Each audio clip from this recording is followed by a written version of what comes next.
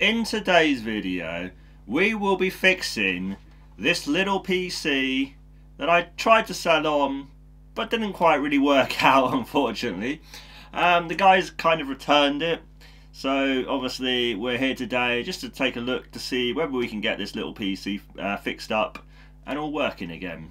So basically it's about £200 PC that I sold to this guy, and he sort of turned it on for about 3 hours or so. It worked fine, he said, but then he turned it off and then went to turn it back on again, and basically it just didn't display anything on his monitor. Apparently the lights did, you know, all come on and all the fans and everything came on, so probably my initial thought is something's gone wrong with the graphics card, but we will take a bit of a look. Sort of like, you know, just sort of fault finding, just trying to kind of a bit like a fix or flop. If you've seen one of Greg's videos, basically it's a bit of a rip off of that, but you know, let's not let's not worry about that too much. I mean, you know, you can't have totally original content on YouTube now. There's more or less everything's been done, hasn't it? So, you know, I think this is a good sort of thing to see for if you are debugging PCs and you want to kind of fix PCs. I thought this would be a bit of a change for a video, so let's go. So as we know, with fault finding PCs, the best thing to do is switch it on and get a base level of what is actually happening with the system and try and recreate the error. Will it actually output to the monitor or will it not, basically? So first of all, we're going to turn on our monitor. There we go.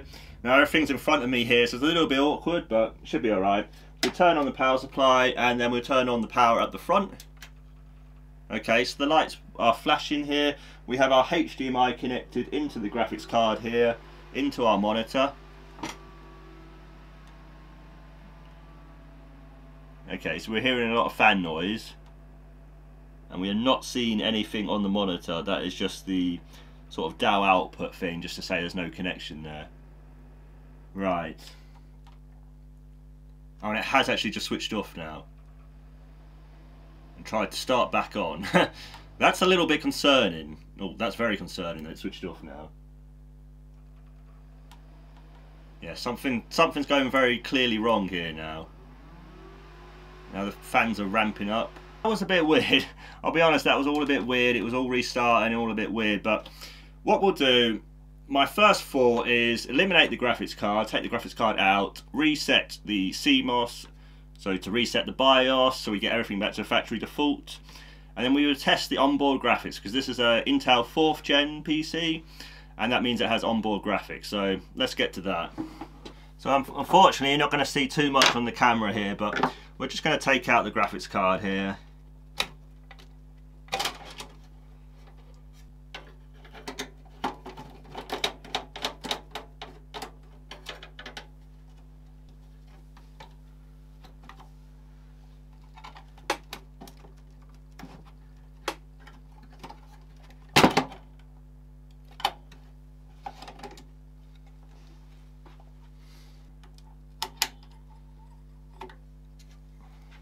So basically this little CMOS battery has been taken out, and that means basically this will reset the CMOS or the BIOS, and basically we'll put that in a little bit, and then we'll fire it back up with plugging into the HDMI on the onboard graphics. Now I apologise, the camera's gone a little bit funny again, but this is just what's happening with this camera in this room, so I do apologise, but I think we'll just carry on, personally. I just want to kind of get this done, to be honest. So we'll power on the power supply at the back, switch on the monitor. It should say DAW, which it does, and then we'll power it on. We have the HDMI connected into the onboard graphics now.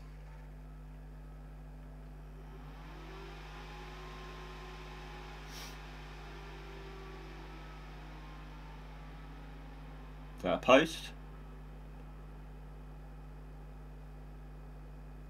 Oh, that's very weird. I wasn't expecting that. So, basically, I've had to cut out a lot of the video. Basically, I didn't actually record any of the video, but I went into the PC quite a lot, and I'll sort of explain what I did for my debugging process. And I am sorry that I haven't actually recorded any of the sort of process as I was going through it, but it has taken me several hours to do. and I hope you understand, guys. It's been quite a lot, so I just couldn't record at the same time. This is obviously where one-man band has an issue, because if you had two people, it'd be a really big hand, but it is what it is. So basically, the first thing I did with the PC, from where we left off, I think I plugged it into the onboard graphics. Now, basically, the onboard graphics weren't giving me anything, as you could see. So what I did is I got a beep speaker, which is a little tiny speaker which goes in the PC, and then you can get the beep codes from it. Now, there was all sorts of beep codes, and it all took me quite a long time to figure out what was happening. In the end, what I did is I had to take the actual motherboard out, put it onto a bench, a test bench, put it with a known working power supply, and then what happened is when I started it up, it went beep, beep, beep, beep, beep, beep, beep, and constantly went like that, constantly went beeping. And then when I looked it up on the internet, what the beep code could possibly be, it was basically a CPU overheating. So what, hopefully you can see this from this side, hopefully. Yes. So in there is now a Thermaltake CPU tower cooler. What was it? The Assassin Sprint 120 V2 Plus. I've only put one of the fans in rather than two of the fans, because this is only Intel i5 4th gen, so that's not going to use much power, probably like 65 watts, maybe 75 watts or something. So yeah, I'm only going to put the one. I'm only going to put the one fan with that, so that's fine. So basically, that solved the CPU overheating problem. Then I tried to use the onboard graphics again, but it just wouldn't work with the onboard graphics. For some reason, it's just not working, even though I reset the BIOS and what have you. But it is what it is. I put a 750 Ti graphics card in, which doesn't need the extra power. If you can see there, hopefully again, there's a 750 Ti MSI one there. So that actually worked fine. And then I put my GTX 970 in, which was the original graphics card. But I was starting to get like problems where it would just go to black screen again, or it would just sort of randomly restart or something. So I don't know whether that was a power supply problem, potentially as well. But then I was trying that with my 750 watt tried and tested power supply. So the 750 watt should be more than enough power for the graphics card. So I feel we might have also had a bit of an issue with the graphics card as well as the CPU temperature. So it was a bit of everything with this PC. Unfortunately, there was quite a lot of issues actually.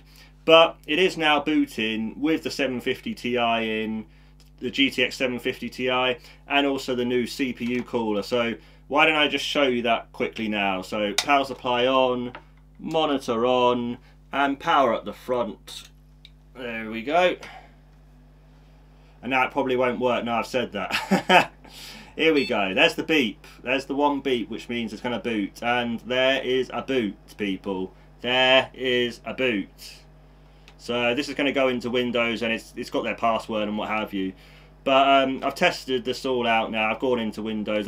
They gave me the passcode so I could get in, and we've tested it okay. I'm going to do a lot more testing on it, especially with the graphics card. It's unfortunate that I'm going to have to downgrade the graphics card for this customer. I didn't really want to do that, but it kind of is what it is. I just think there's too much issues with that current graphics card, and in all honesty, I don't want to give them an even better graphics card than what it is, because this is a £200 PC, and in all honesty, you know, the 750 Ti was kind of hanging around, and I've had it for a bit, and I think, you know, someone may as well use it anyway, and it's a tried and tested card, which I know is absolutely rock solid, and I've used it for quite a number of years now, so at least it'll find a new home, and I think it'll be fine. And to be honest, the 750 Ti is not a massive downgrade from a GTX 970, but it is probably a fair downgrade. It isn't great. It's not really what I wanted to do, but I'd rather have an absolute rock solid PC, which I know is going to be reliable and not going to come back on me, rather than risk putting in the GTX 970 again and risk more potential problems happening. And you know what it is like, guys, you don't want PCs coming back to you if you're selling them. It's horrible, basically, and just not what you want. So here we go. So yeah, basically I think that's the video really. I mean, hopefully you've kind of taken something out of this video, and I do apologise that I haven't really been able to show you the whole process. I would have really liked to have shown you a lot more, but again, my camera seems to be just playing up with me all the time. It's really frustrating.